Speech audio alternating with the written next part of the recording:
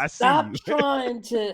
Stop trying to be friends with some chick you was smashing all crazy. Listen. And now you want your wife to be friends with this woman. No, that's not going to work. Listen. Because you're not considering your wife. And here's the question that I would ask you, husband. Husband, are you going to allow your wife to be friends with a man that she was sleeping with? Uh-oh. Jesus. Listen. Bro, I'm just saying. Listen, I'm just man, saying, right? It feels good, y'all. Just feels so good to be alive. Just to breathe this air free of charge. It just feels good to be in Christ, you know. Just to know that He got me and He got you. It feels good. I'm blessed. Every morning that I rise, got my health and my strength. Thank the Lord that I'm alive. I'm blessed. Welcome to Excellent Husbands. I'm your host, Pastor Tim Baldwin, and that's my brother, Pastor Saleem Wright. We are here to engage you all in this topic today. We're just going to jump right in. We don't have a whole lot of preliminary stuff. We do have a trending topic. We will get to our trending topic. Yep. So let's do that first, Pastor. Let's go to our trending topic. And our trending topic today is what? What's our trending topic, Pastor? Dwayne Wade, former NBA superstar, basketball player, now husband of Gabrielle Union, actress Gabrielle Union, and they have, I think, 3 kids. I don't think they're all together. They had them all together, but they do have, I think they have 3 kids, maybe 4. But Dwayne Wade said something recently in the media. He said something to the effect of, I don't lead my marriage, or I don't believe men should lead the marriage, or my wife leads. Something to the effect of he's just not leading his marriage. And so, Ouch. Yeah, we wanted to deal with that. We wanted to talk about that, what that looks like when it comes to marriage. We did go back and listen to the first 2 episodes, because this is episode number 4. Go listen to episodes 1 and 2. We dealt with that. She won't let me lead, that whole dynamic. But it was just interesting to see him come out and say, he's not leading his relationship, or he doesn't believe he should lead it. And I don't know either of these people, but Gabrielle Union to me comes off as the type of woman that knows how to pick her men, and definitely knows how to get them to submit to her authority. Seemed very strong-willed, independent black sister. And she got the right one, because couldn't be me. That's all I'm saying. I was thinking the same thing when you were saying that she, again, I don't know either one of these folks, but she seems to be, I'm every woman, I'm independent woman, I'm woman, hear me roar, right? Right. And so I know she's older than he is. Mm-hmm. And in terms of societal status, they're on the same level. They both have their own money, their own resources, and things of that nature. Came together, have a kid together, and I think he has a couple outside of them. Mm-hmm. But yeah, I don't know if it's just his passivity, or is it her assertiveness that causes him to do that. When you look at Dwayne Wade on the basketball court, Dwayne Wade did more leading by example, by just playing. Right. He wasn't a real, if I remember properly, maybe I'm not on point 100%, but I don't remember him as vocal. There were times as he grew and got older that he was more vocal at times, but he was more of a just, I'm a play and lead by example kind of guy. And so maybe his personality form, we don't know. I don't know his religious views. I don't know any of those things. But I find it strange that a man would say he doesn't, lead his marriage. For me and for us as husbands and believers, that's our responsibility. Right. That's we've been tasked with leading our homes, with being leaders of our homes. And so, I guess, to each his own. I mean, I don't know, but like you said, couldn't be me. I lead, man. That's my thing. I lead my family. I don't want my wife leading me. I want to be following my wife. There are some things that my wife is better at than I am. Right. bless the Lord, but that doesn't change my position and my role as leader of our marriage. You know, she has input and she has her, she thinks for herself, all of those things. But at the end of the day, I'm responsible to lead this home. And we talked about that a little in our last podcast. And so y'all got to go check out the last podcast so that you can check hear out the last one, our man. real views. Yeah. Let me read verbatim what he said, and then we'll transition into our topic. He said, it's not the man leads and the woman follows. That's not what we live in this house. For me, I have a wife that works not just as hard, harder than I. She had her own career, her own life before I came along. From my perspective, I was like, how can I be a part of the growth, the evolution of who she is? Not try to change her or stunt her growth. Those were his words. It's so much in that's like, what? It is, man. We could do another show right now. We could, man. That's loaded. He really answered some of his questions, right? In terms of leadership and husbands being leaders, we don't box them in. We don't stunt their growth. We help to develop what they have, and we help to enhance who they are. And when we talk about leadership and submission and from a biblical perspective, it's not a dutiful kind of deal, right? It's a willingness to follow, the lead of your husband, and his lead in the home in terms of vision, in terms of, finance. Of course, they have their own, as I stated earlier, they have their own resources and things of that nature. But, it seems like he came in saying, I can't really do anything for her. But give her a baby. Right. And that's the thing. I think for me, one of the things, because we don't have time to unpack everything, but one of the things that stood out to me was he said, he said she works harder than he do. Okay. But he said she had her own career, her own life. I don't care if she got more money. If she worked hard, sit it on down. Like he said she had her own career, her own life before I came along. But from my perspective, how can I? So this is the thing that I think messes a lot of men up. If you're with someone or pursuing someone who's well established in whatever career they're in, that does not take away from your roles and responsibilities. Because a lot of times men think, oh, she may make more money than me, right? Okay. But when we get married, your money is my money is your money. This is what's going to be used to manage the marriage and to manage the household. That whole I goes out the window when you get married. That I becomes submitted to we, to us. Right. And what you can't lose sight of, and this is why I always push back when I hear men talk like this. If someone bangs on the door at 3:00 in the morning, the leader's going to go investigate. Right. The leader is going to investigate, because when trouble comes, it's the leader that engages in every context. Think about it. He played basketball way better than me. When the clock is down to the last seconds, and who's going to take the shot? Who's going to be the one to step up? It ain't going to be the 15th player. It's you. You the alpha. You the one. Right. That's why people are so mad at LeBron, because they like, yo, if you the best player, you supposed to take that shot, right? Or you supposed to make that happen.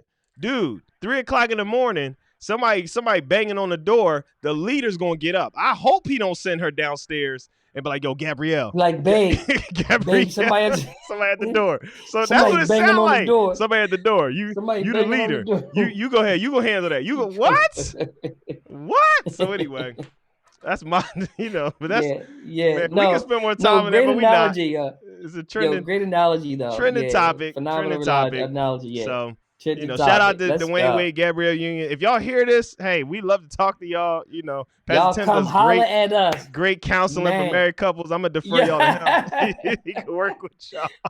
Don't listen to this guy. I'm telling you, don't listen to him. Yeah. Don't listen to the man behind the curtain. Oh my gracious. No. So, yeah, man. But that's our trending topic. And that leads us into our topic for today.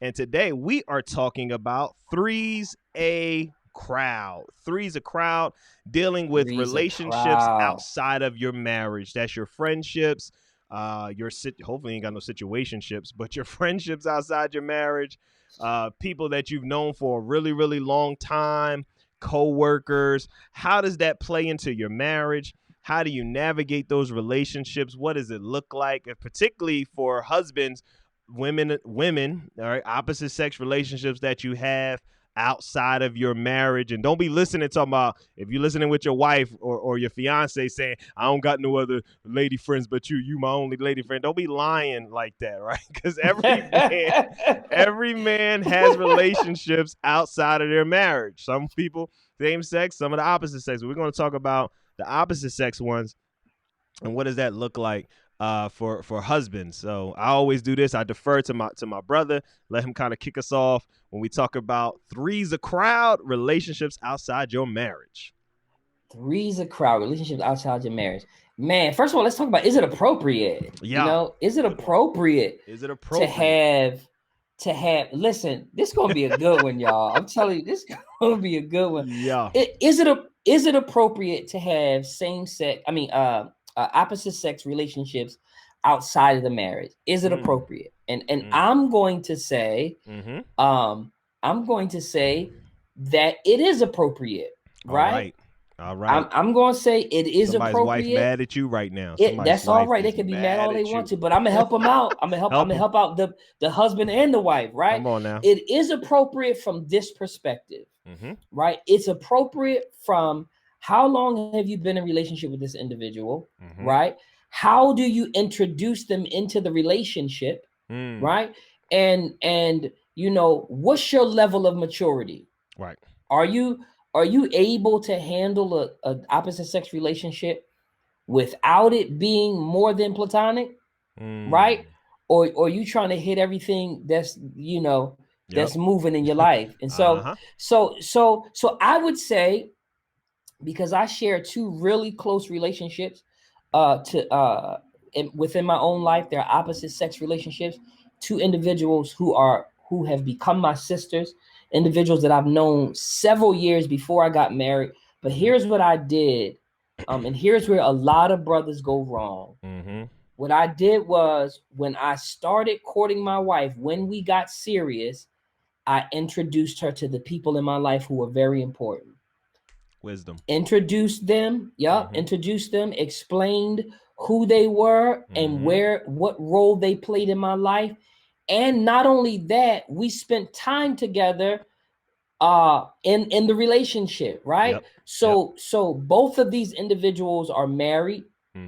So we spend time with them, their husbands, you know, and one of my sisters, who is not my blood sister, her and my wife have become sisters. I mean, they spend time together, they talk together, they do ministry together, you know, and so we're a big family. Right. And so, but here's the other thing too.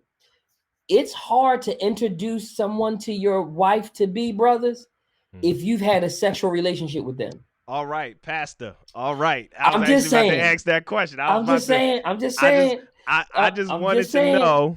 I just wanted to know. Is that appropriate? It is not appropriate. Okay. There is always an exception to any rule. We know that. Yep. However, it's not appropriate, right? It's not like, I'm not calling an individual. They're not calling me. They're not coming to my home. I'm not going to their home. I'm not spending time with them away from my wife and kids if I've had sexual relations with them, right? This is just my world. This is just my world. This Pastor Tim's world. It doesn't work because it's hard to draw the line between, you know, okay, I used to be intimate with this individual. Now, don't get me wrong. You can still have an acquaintance with individuals or see individuals and come across them and maybe have a conversation. I see you across the street. Right. But I see brothers, you going that way. I'm going that way. I see you. Stop trying to be friends with some chick you was smashing all crazy. Listen. And now you want your wife to be friends with this woman. No, that's not going to work. Because you're not considering your wife. And here's the question that I would ask you, husband. Husband, are you going to allow your wife to be friends with a man that she was sleeping with? Jesus. Listen. Bro, I'm just saying. Listen, I'm just man, saying, you right? you stepping on some toes out here in these streets, man. But that because I for me personally, right? And I'm with you. I'm on Team Pastor Tim on this one, y'all. I'm on Team Pastor Tim. When it comes to your past sexual relationships, outside of a child being produced, I don't see any benefit for this relationship to continue post marriage. I don't see it, because what else do you guys have in common? You can't say, oh, this is my sister, this is my sis. You ain't smashing your sis. You ain't out here sleeping around with your sis, and y'all was doing no. Like, so to the husband, we got to be honest with ourselves. If you guys did not have a child together, right? Or if you did have a child together, and tragedies do happen, but if you guys don't have a child that's living to this day together, I don't see how you can justify having this relationship continue further now that you're married. I just don't. I don't see it logically. It cannot compute y'all to me. Spending time, right? What is like my two sister friends? Mm-hmm. We can go to lunch, dinner, and my wife is totally fine with it. Right. Because I've been married almost 17 years. Mm-hmm. My wife has known them for 17 years, mm-hmm. and there is no context for any kind of sexual relationship. There's no context for any kind of intimate and romantic mm-hmm. relationship on either level. Yep. And so that is what was, for me, set the precedent for having a clean and fruitful relationship, because these two people really meant a lot to me. And I wanted to continue to have them in my life, and a part of my relationship, right. and a part of my wife's relationships. And it happened. And mm-hmm. and the Lord allowed us to navigate it well. And at the end of the day, it worked that way. Here's the other thing, brothers. You can't come introducing some new friend to your wife that you just met, that you met on your job. Bro, stop. You can't do it, man. I'm sorry, You man. can't, listen, you can't get new friends. I'm sorry. You just Not can't. like that. They better be co-workers. You can't get it. There's the thing. I don't care if they co-workers. You can't be, bro, I'm trying to tell you. You can't have no new connections of the opposite sex, especially if they're single women, right? Because, like, I'll give you an example, right? I've worked in corporate jobs and mostly nonprofits forever, right? I've worked in the education field, so there's usually more women in the education field than men, right? If I'm working, I've had to manage a all female staff, so I've been in different contexts with women. In my process of getting to know these women I'm working with, I find out information about them that, okay, I'm working with a young lady, she's married, she got kids, my kids' age. Oh, this might be great for me to get to know her husband and my wife to get to know her outside of work. But when I say, if that connection does not happen, I'm not calling these ladies. I'm not texting these ladies. I'm not reaching out to these ladies. It has to be something beneficial to my wife first, meaning she got to meet the lady and like the lady, saying that, oh, we could go on a play date. That means my wife and her are hooking up a play date. It don't mean me and her is hooking up a play date. Because I saw a post where a young lady was saying she was at the park. This guy was with his kids. And I saw that. You saw that? And she was like, pretty much she was trying to get his information. And he was like, oh, I can give my wife's number to you, or give you my wife's number. And then y'all could set up a play date. And she felt some type of way, talking about, ain't y'all both the parent? Why can't you? I'm not going on a play date with you. That's exactly why I'm not going on a play date with you, because you got a problem already. You got a problem already. We ain't even right, because so do you have ill motives, or is this really about your kid? Come on now. Right? Is this really about your kid? I'm not going on play dates. I don't do play dates. No, I don't. Sorry, do play sis. dates. You know what? That's for you. I can get you connected with my wife. My wife, y'all can handle. And I've done that. Yep. I've done that. Yeah, I defer you to my wife. I'm not going on a play date with in a heartbeat. I got no reason to be going out with you. Brothers, you just opening the door to something that could be detrimental. Right. And this is not big accusatory, because I'm not accusing brothers and saying, brothers, you always up to something. None of that. Nah. But I know from my own context, in my own broken place, I'm weak in that. I can't be with women and I'm calling them, they're calling me, and I don't want to do that. I have no reason to do that. And so, brother, stop all that texting, man. Stop texting these women on your job. She texting you at 10 o'clock at night, for 11 o'clock at night, and you gotta hide your phone, and you gotta put it on vibrate. Yo, brother, if you go to the bathroom with your phone in your drawers, you already out of pocket. You wrong already. Yo, bro, I told you I was gonna be a good one. I'm telling you. This is my advice to you husbands, man. If there are females in your life that your wife does not vibe with, not talking about family members, but these are people not related to you, your wife does not vibe with, for whatever reason. If it's not your child's mom, then that means that relationship got to go, because there's only one woman in your life who takes precedence over all the other women in your life, right? Because what happened, brothers, a lot of times, well, I know her longer than you. That does not matter. The reason why that doesn't matter is because you married your wife. If you known her longer, why didn't you marry her? Because that's always the pushback. You should have married her. If it was just platonic, why didn't you introduce them? Why didn't you help them build a relationship? Yes, that should be from the because word again, go. I think you could have a healthy relationship with the opposite sex. I totally agree that you can, but it's important as to how the relationship starts off. You can't get in a relationship and a year into your marriage, you're like, oh yeah, I want you to meet Lisa. Me and Lisa have been friends for 12 years. What? But you and Lisa, within the first year of your marriage, you and Lisa hung out. You and Lisa talked. And you ain't mentioned Lisa. You and Lisa Lisa been texted. And you ain't mentioned Lisa to your wife. Scary. Something's not right, brothers. We try and help you so that you can keep your marriage. Brother, but right. I am. No, I'm not saying that either. Listen, if you pop up with this friend, it's a thin line, brothers. Yeah, you gotta be careful. You gotta have boundaries. You gotta have boundaries. I would say, just to give you guys more practical information, one of the boundaries is, when it comes to the women in your life that are not your wife needs to know all of them. She needs to know them. She needs to know them. She needs to have had conversation with them. She needs to be able to have access to them outside of you. For example, right, I have females in my life that I knew before my wife that my wife is friends with and I'm friends with. And if my wife needs something from me regarding them, she goes to them. She doesn't go through me. She goes directly to them. They don't need to be coming to me to get to her. The relationship is built enough where, hey, I was talking to such and such. Oh, snap. It is somebody I might have went to college with. Man, I ain't talked to her in like 8 years. Well, me and her was just talking the other day. Oh, that's what I like to hear. Don't be coming through me to get to my wife if you're a female. You guys should have a strong enough relationship where you can go directly to her and vice versa. That's a healthy boundary for you, brothers.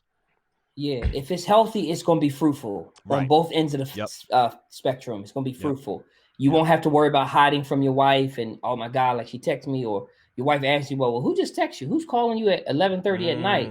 And you're like, oh no, that's just my notifications.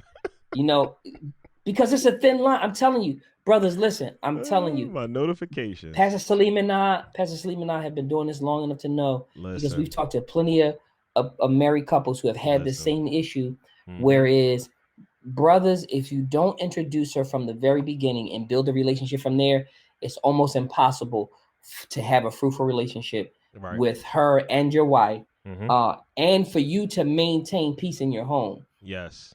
Because that's the optimal goal. You want to have peace in your home. Pastor Saleem talked about those boundaries. Those boundaries are extremely important. Even if you have friends, depending on, and I think there's levels. Again, this is just Pastor Tim. This is me. This is not, Pastor Saleem. This is not Bible. This is me. I do think there are levels to friendships, right? So again, I only have two. I have another friend, a ex-coworker that I've known right before I met my wife. I met her and I worked with her for 13 years. Her and I are cool. We've done a lot of stuff on the job. And she'll call me every now and again. I'll reach out to her every now and again. Her and my wife have talked. She comes to our church sometimes, all of the whole 9 yards. But she ain't calling me at 11:30, 12 o'clock at night. There's no reason for her to. Now my sisters can call me anytime. They can call me. Right. They can call me. I can answer the phone in the bed at 1 a.m. If they're calling me, if something is going on. I don't have to try to run out the room or try but to. The language you use too. You said my sisters. Absolutely. Right? These are my sisters, because in reality, some people have a situation where you grew up with people, and y'all been through stuff. Yep. Your wife knows that's his sister. Well, they not related. No. You don't understand. That dynamic right there, that's family. Everybody has that dynamic where there's people in your life like, no, that's family. And it's recognized by everybody that this is family. Our kids got aunt and uncles that were not birthed out of the same womb as me. I do the show with one of them. This is Uncle Pastor Tim. This is Uncle Pastor Tim. All day. So this is So that's the dynamic too. And me and my wife both know this is family. Like his wife is like a sister. Absolutely. So we understand this dynamic. But even in these situations, there's still boundaries and there's still stuff we understand because this is family. What a lot of times brothers try to do is, oh, this is my sis. That's not your sis. Because if she's your sis and she's not your wife's sis, that's not a sister. That's not a sister. No, you know what that sis means? The SIS is smashing in secret. Look, put that some of y'all put that on your shirt. Smashing in secret. That's what the sis is. That's what the sis is. Bro, that's real. I'm trying to tell you. Listen. Brothers, you cannot have your cake and eat it too. You can't have a fruitful marriage and women on the side who are not a part of your community dynamic, right? Yeah. You can't do it. Pastor Saleem talked about setting boundaries. Also, I would also add that when we talked about it, we didn't actually put a name on it or a qualifier or title, but you have to cultivate couple relationships. I think that's important. That's again, Pastor Saleem talked about, having friends that are single. That goes under the title of making sure you don't have friends that are destructive. Yeah. Because you can have a single friend that's destructive towards your relationship, your marriage, and you don't even recognize it. Because if you're dealing with somebody who has a single mindset, then they think totally differently than you do in terms of marriage and connectivity and family, right? Listen. And so that's important. So you got to build and cultivate those family relationships, those relationships where we're all family together. If I can only hang out with her and not my wife, then she's not a friend. Nah, she's not a sister. She's not. She can't fall in that. She doesn't fall in that category. Nah. Because we both agree there are exceptions to every rule. Because some of us, you have wives that are haters. Like they hate every female that's not them. Right. They hate your mama. They hate your blood sister. They hate your aunties. That's a good point. Especially, they just hate every female that's not. You can be watching TV and Gabrielle, you can be on the TV. Oh, I hate her. Like you looking at her? No, I'm not. I'm just. It was a commercial. So you got to know your spouse too, and that's where counseling and therapy and trust comes in. Because sometimes and we're going to talk about this in another episode about how crossing boundaries and even infidelity can lead to these insecurities, which your wife doesn't trust you with any female. She don't trust you with the post office lady.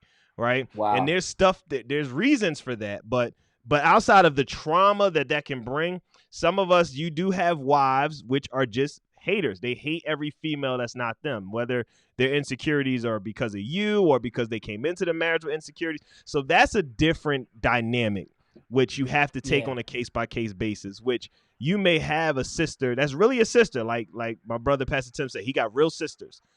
But if you don't have a wife that's compassionate and understanding and flexible and gracious, she may always have seen him as a threat. Y'all could have all met together.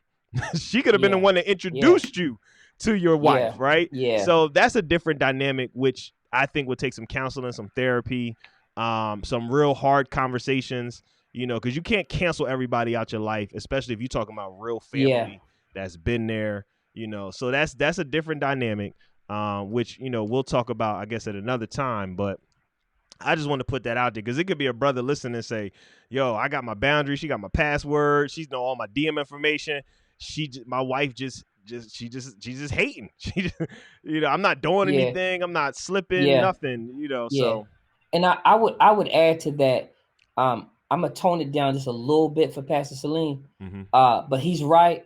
But I would say that sometimes her hate comes out of her own brokenness that she does not yet understand and know, right? And so as a husband, you have to be in tune with that. And so if she doesn't know that, then you have to help her navigate that. And that relationship has to be a part of you navigating the way that you do it.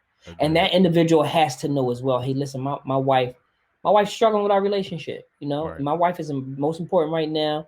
Let us work through what we need to work through. We'll revisit this, because your wife has to be the most important woman in your life. And then everybody else comes, after that, even your siblings, even your parents, your wife has to be first and foremost in your life. And, we didn't get a chance to talk about it, but your wife even comes before your mama. Listen, that's a whole other episode. Cleve, we gonna deal with that. We gonna deal with that. Wife over mama. Woo! Jesus, we ain't got time for that. Oh my God. But we gonna deal with that. Wife is greater than mama. Oh my gracious. Pastor Tim, you didn't touch the nerve, but we at the end of the show. We gonna deal with that, fellas. We gonna help y'all out. Yeah. You know what I'm saying? Jesus. All right.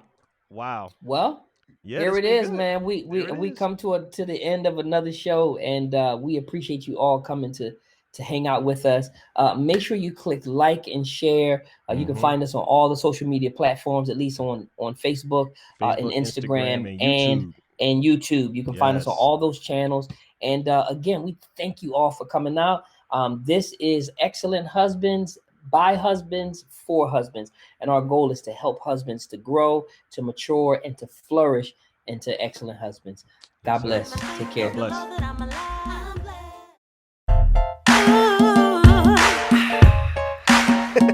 It feels good, y'all. Just feels so good to be alive. Just to breathe this air free of charge. It just feels good to be in Christ, Just to know that He got me and He got you. It feels good. I'm blessed. Every morning that I rise, got my health and my strength. Thank the Lord that